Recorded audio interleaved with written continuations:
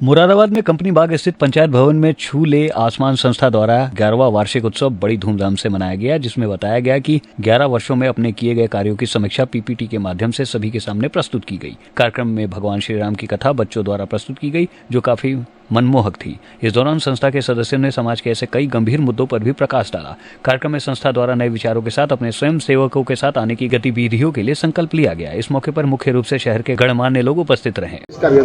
मेरा नाम प्रशांत केसरी है। आज छू ले आसमां का 11वां वार्षिक उत्सव बनाया गया और इसमें कई ऐसे हमने कार्यक्रम की प्रस्तुति की जो सामाजिक के कोई गंभीर मुद्दे हैं, जहाँ पे हमने प्रकाश डाला। समाज में ऐसे कई ऐसे कारण हैं, जैसे बेटी बचाओ के बारे में काम तो किया जाता है, लेकिन उसका हमने एक रियल चेहरा यहाँ पे दिखाने की कोशिश करी। यहाँ पे बात करी जाती है महिला उत्थान की, शिशु उत्थान की, या बच्चों के लिए बात की जाती है। हमने यहाँ पे एक कार्यक्रम की प्रस्तुति दी जो बच्चों के लिए, पुरुषों के लिए भी दी गई, क्योंकि पुरुषों को भी ऐसे ही एक मॉरल सपोर्ट की ज़रूरत है।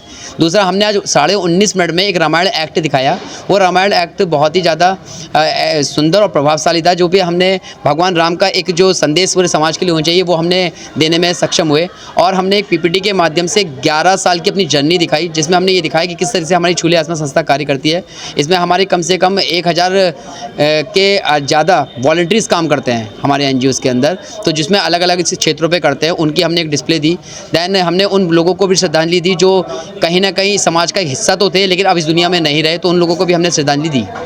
क्या उद्देश्य है सर इस कार्यक्रम का? संस्था का एक सिंपल उद्देश्य है कि सामाजिक में हम लोगों ने हमारे एज ए जियो हमने 29 पॉइंट्स पे हम काम कर सकते हैं, लेकिन हम लोग ये हमारा एक प्रॉपर हमने एक डिसाइड नहीं करा कि हमें एक एजुकेशन पे काम करता है। हमारा मानना है कि समाज की किसी भी एक ऐसी स्थिति में जहाँ पे ऐसा लगता है कि यहाँ पे हमारी आवश्यकता है, तो वहाँ पे रहना चाहिए। मुझे ऐसा लगता है कि मिलकर हम एक काम नहीं कर सकते हैं, लेकिन अगर हम सब लोग संयोग से रूप से काम करें तो शायद काम अच्छा हो सकता है। तो वही है कि अकेला चला था मंजिलें लाई, और लोग मिलते गए और कारवा बनता गया।